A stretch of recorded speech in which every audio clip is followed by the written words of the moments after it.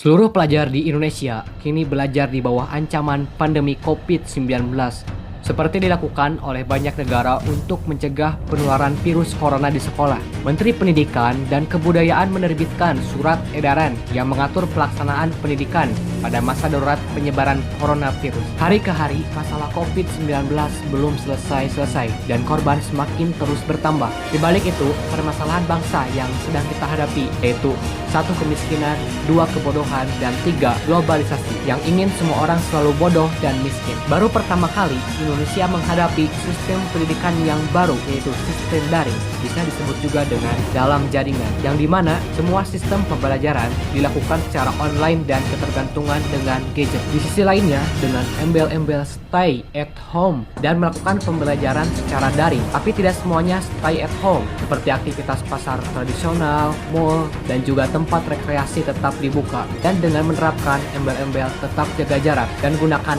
APD. Jadi, apakah pemerintah sudah tidak bisa menangani sistem pendidikan yang lebih efektif dan lebih mudah? Apakah dengan menerapkan sistem pendidikan yang seperti ini yang lebih efektif dan bisa meminimalisir penyebaran COVID-19?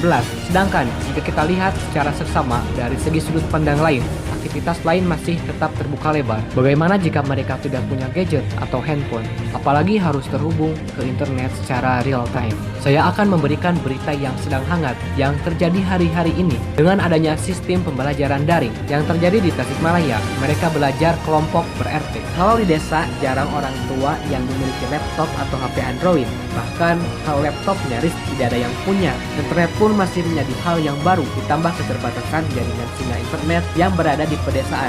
Jika terus seperti ini, bagaimana dengan daerah yang lainnya yang masih memiliki keterbatasan? Apakah pemerintah sudah memikirkannya?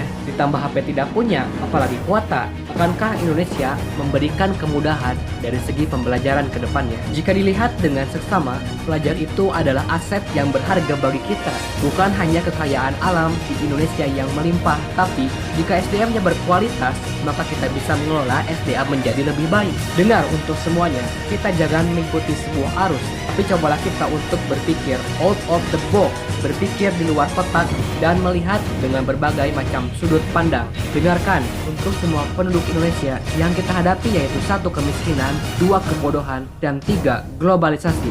Bagaimana cara mengatasi kebodohan kalau rakyatnya miskin dan fasilitas pembelajaran dipersulit? Untuk pemerintah, ini akan menjadi langkah awal untuk mengembangkan sistem pendidikan yang lebih efektif ke depannya. Karena di tahun yang akan datang, mereka adalah penerus bangsa ini. Dan mulai hari ini, mereka akan menjadi aset yang berharga di kemudian hari.